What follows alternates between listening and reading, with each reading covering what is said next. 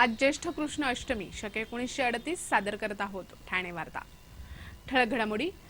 ठाण्यामध्ये मनोरुग्णालयाजवळ धाडसी दरोडा, प्राथमिक अंदाजानुसार 12 कोटींची लूट, शहराचा पाणीपुरवठा गुरुवार सकाळपर्यंत बंद आणि खाडीतील भरती ओहोटीच्या लाटांवर विद्युत निर्मितीचा प्रकल्प सक्षम ठरेल का, माजी उपमहापौरांचा प्रश्न।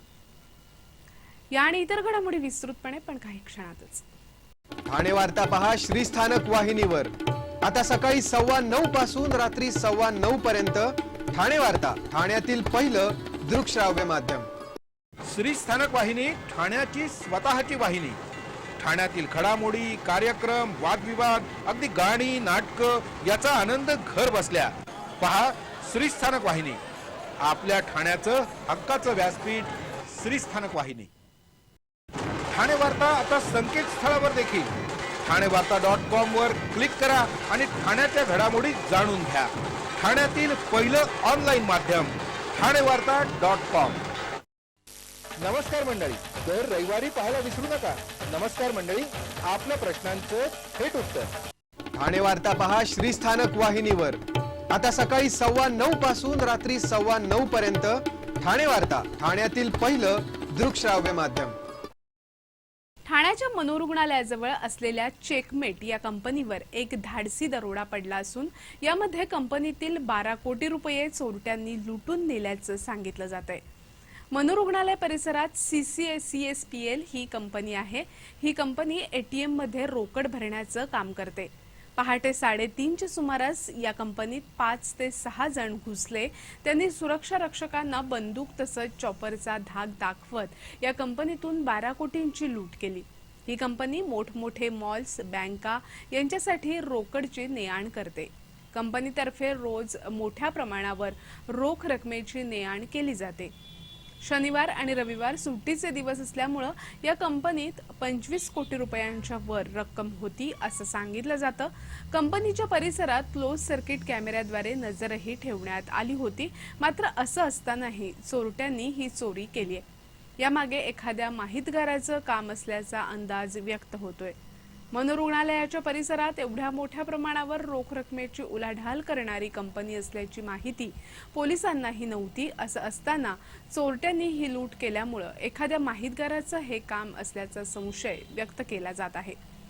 या चोरीचं वृत्त कळताच पोलीस आयुक्त परमवीर सिंग यांच्यासह वरिष्ठ पोलीस अधिकाऱ्यांनी धाव घेऊन पाहणी केली। नक्की किती रक्कम चोरीला गेली याची कल्पना अद्याप आलेली नसून सध्या या ठिकाणी रोकड मोजण्याचं काम सुरू आहे। पोलीस आयुक्तांनी घटनास्थळाची पाहणी केल्यानंतर आम्हाला काही दुवे मिळाले असून चौकशीत काही हाती लागेल असं पत्रकारांशी बोलताना सांगितलं। चोरटे एवढे हुशार होते की क्लोज सर्किट कॅमेऱ्याचा DVRही त्यांनी जाताना पळवून नेला। त्यामुळे पोलिसांना चोरट्यांचा नक्की पत्ता लागू शकलेला नाही। सुरक्षा रक्षकांच्या माहितीवरून ठाणे पोलीस पुढील तपास करत आहेत। परिवहन समितीच्या काल झालेल्या बैठकीत डबघाईला आलेल्या परिवहनच्या कारभाराचे वाभाडे सदस्यांनी काढले। तर शहरात बस निवारे उभारण्यापूर्वी सॅटिस थांब्यावरील परिवहन कर्मचाऱ्यांच्या दुरावस्था झालेल्या केबिनची डागडुजी करावी अशी मागणी परिवहन सदस्य राजेंद्र महाडिक यांनी केल्यानं त्यावर सभापती दशरथ यादव यांनी व्यवस्थापनाला तात्काळ अंमलबजावणी करण्याचे आदेश दिले। ठाणे महापालिका मुख्यालयात परिवहनच्या सक्षमीकरणासाठी बैठक आयोजित करण्यात आली होती।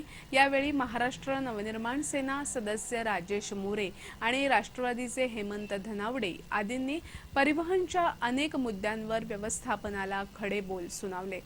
तसंच तत्कालीन परिवहन व्यवस्थापक राऊत यांच्या सुरस कहाण्या कथन करून अशा भ्रष्ट अधिकाऱ्यामुळेच परिवहनचा गाडा रुतल्याचा आरोप केला।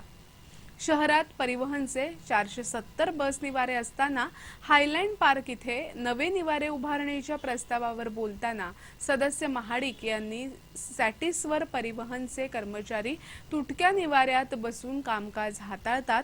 सॅटिसवर परिवहन कर्मचाऱ्यांसाठी साधी लघुशंका करण्याची देखील सोय नसल्यानं व्यवस्थापनानं तात्काळ सुविधा देण्याचे आदेश सभापती यादव यांनी प्रशासनाला दिले। तर सदस्य तकी चेऊलकर यांनी परिवहनची लाखोंची रक्कम एका बुडीत गेलेल्या सहकारी बँकेत अडकल्याचा भांडाफोड केला। यावर प्रभारी अधिकारी संदीप माळवी यांनी परिवहनच्या सक्षमीकरणासाठी सर्वतोपरी प्रयत्न करणार असल्याचं स्पष्ट केलं। बेंगलोर दौऱ्यासाठी 50,000ची अफरातफर परिवहनचे भ्रष्ट व्यवस्थापक राऊत यांनी चक्क परिवहनचे कर्मचारी मारुती कांबळे यांच्या नावावर 50,000 अग्रिम रक्कम उचलल्याचा भांडाफोड स्वतः कांबळे यांनीच बैठकीत केल्यानं खळबळ उडाली। शिवाय याबाबत कागदोपत्री कुठेही समायोजन केलं नसल्यानं या अफरातफरीबद्दल व्यवस्थापकांवर गुन्हे दाखल करण्याची मागणी सर्व सदस्यांनी केली आहे। ठाणे महापालिकेच्या कळवा येथील छत्रपती शिवाजी महाराज रुग्णालयात चालू असलेल्या डॉक्टरांच्या मनमानी कारभाराविरोधात महाराष्ट्र नवनिर्माण सेनेनं एल्गार उभारला आहे। स्वतःच्या मालकीच्या तसंच खासगी रुग्णालयात काम करून महापालिकेच्या लाखो रुपये पगार घेणाऱ्या डॉक्टरांचा शोध घेऊन त्यांच्यावर कडक कारवाई करण्याची मागणी महाराष्ट्र नवनिर्माण सेनेनं केली आहे। तसंच येथील डॉक्टरांच्या गैरकारभाराला पाठीशी घालणाऱ्या डीन मैत्रा यांच्याकडून या रुग्णालयाचा कारभार काढून घेण्यात यावा अशी मागणी महाराष्ट्र नवनिर्माण सेनेचे ठाणे शहर सचिव प्रदीप सावर्डेकर यांनी महापालिका आयुक्तांना पत्राद्वारे केली आहे। गेल्या आठवड्यात कळवा येथील ठाणे महापालिकेच्या छत्रपती शिवाजी रुग्णालयाचा भोंगळ कारभार अतिरिक्त आयुक्त सुनील चव्हाण यांनी उघडकीस आणला आहे। चव्हाण यांनी कळवा रुग्णालयाला अचानक भेट दिली असता विविध विभागातील तब्बल 23 डॉक्टर कामाच्या वेळेत हजर नसल्याची बाब निदर्शनास आली होती। त्यानंतर या डॉक्टरांना त्यांनी कारणे दाखवा नोटीस बजावली आहे। हे डॉक्टर कामावर हजर नसताना त्यांचा नियमित दर महिन्याला लाखो रुपये पगार मात्र दिला जात आहे। जर कामाच्या वेळेत डॉक्टर हजर नसतील तर कुणाच्या आशीर्वादाने त्यांना हे वेतन दिलं जातंय याचा शोध घेणंही गरजेचं आहे। कळवा येथील छत्रपती शिवाजी महाराज रुग्णालयात मुख्य डॉक्टरांची संख्या 15च्या आसपास असून त्यांच्या सहयोगी डॉक्टरांची संख्या 35च्या आसपास आहे। तसंच त्यांच्या हाताखाली शिकाऊ डॉक्टर आहेत।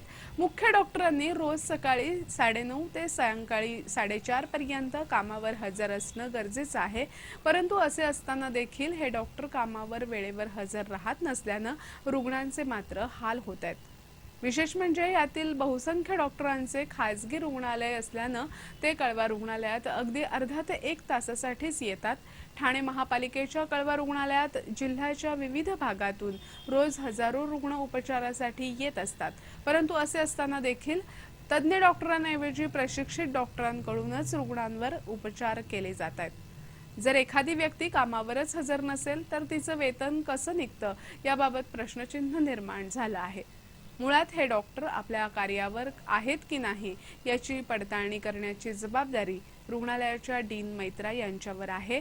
मात्र दोषी डॉक्टर पाठीशी घालण्याची भूमिका त्या घेत आहेत। त्यातही महत्त्वाची बाब म्हणजे जर हे डॉक्टर त्यांच्या वेळेत कार्यरत नसतील तर त्यांना लाखो रुपयांचा पगार कुणाच्या आशीर्वादाने दिला जात आहे। यात लाखो रुपयांचा घोटाळा होत असल्याचा आमचा आरोप आहे। त्यात आपण लक्ष घालून महापालिकेची लूट करणाऱ्यांचा शोध घ्यावा। तसंच कळवा येथील रुग्णालयात काम करून बाहेर स्वतःची खासगी रुग्णालये चालवणाऱ्या डॉक्टरांवर त्वरित निलंबनाची कारवाई करावी अशी मागणी महाराष्ट्र नवनिर्माण सेनेतर्फे करण्यात आली आहे। ठाणे वार्ता पहा श्रीस्थानक वाहिनीवर आता सकाळी 9:15 पासून रात्री 9:15 पर्यंत ठाणे वार्ता, ठाण्यातील पहिलं दृकश्राव्य माध्यम। आपला परिसर स्वच्छ आणि सुंदर ठेवण्यासाठी ठाणे महापालिकेत सहकार्य करा। ओला सुका कचरा वेगवेगळा जमा करा आणि रोगराईपासून मुक्तता मिळवा। ठाणे वार्ता आता संकेतस्थळावर देखील ठाणेवार्ता.com वर क्लिक करा आणि ठाण्याच्या घडामोडी जाणून घ्या। ठाण्यातील पहिलं ऑनलाईन माध्यम ठाणेवार्ता.com। डॉक्टर आणि रुग्णांचं पिढ्यानपिढ्यांचं जिव्हाळ्याचं नातं म्हणजेच डॉक्टर बेडेकर हॉस्पिटल आता अत्याधुनिक सोयी सुविधा आणि तंत्रज्ञान युक्त वंध्यत्व निवारण केंद्रात IVF आणि टेस्ट ट्यूब बेबीचीही सुविधा। डॉक्टर बेडेकर हॉस्पिटल, महर्षी कर्वेपथ, ठाणे। 65 वर्षांची निरंतर सेवा। ठाणे वार्ता पहा श्रीस्थानक वाहिनीवर आता सकाळी 9:15 पासून रात्री 9:15 पर्यंत ठाणे वार्ता, ठाण्यातील पहिलं दृकश्राव्य माध्यम। कोकण मराठी साहित्य परिषदेतर्फे काव्य वर्षा ही काव्य मैफल आयोजित करण्यात आली होती। या कवी संमेलनात 35 कवींनी हजेरी लावली। तरुण कवींमध्ये मनीष बालुसरे, मितेश शिंदे, अमोल दमणे, प्रशांत ढिंगणकर यांच्या कवितांना दाद मिळाली, तर ज्येष्ठ कवयित्री डॉक्टर अनुपमा उजगरे, गौरी कुलकर्णी, छाया कोरेगावकर यांनी कवितेत वैचारिक भर टाकली. शशिकांत तिरोडकर यांनी पावसाला सूर दिला आणि मेघना साने यांनी कवितेतील अध्यात्म विशद केलं. प्रस्थापितांनो, नवोदितांच्या कवितांकडे दुर्लक्ष करू नका असा सल्ला जयप्रकाश घुमटकरांनी आपल्या काव्यातून दिला. ठाणे कोकण मराठी साहित्य परिषदेच्या अध्यक्षा मेघना साने यांनी कवितेतून समारोप केला. ठाणे, डोंबिवली, बदलापूर, घणसोळी, मुंबई, महालक्ष्मी, बांद्रा येथील कवी या संमेलनास उपस्थित होते. अंबरनाथ, बदलापूरसह संपूर्ण जिल्हा हागणदारी मुक्त करण्यासाठी तातडीनं पावलं उचलण्याचे आदेश जिल्हाधिकाऱ्यांनी दिले आहेत. स्वच्छ भारत स्वच्छ महाराष्ट्र या कार्यक्रमांतर्गत जिल्हाधिकारी कार्यालयात झालेल्या बैठकीत जिल्हाधिकाऱ्यांनी हे आदेश दिले. अंबरनाथमध्ये 1728 कुटुंब शौचासाठी रस्त्यावर जातात. यापैकी 1120 कुटुंबांकरता वैयक्तिक तसंच सार्वजनिक शौचालय बांधण्यात आली आहेत.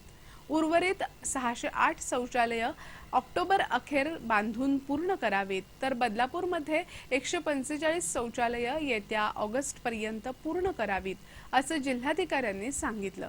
जिल्ह्यातील सर्व गावं हागणदारी मुक्त करण्यासाठी जिल्हा परिषदेनं तातडीनं पावलं उचलावीत असे आदेशही जिल्हाधिकाऱ्यांनी यावेळी दिले.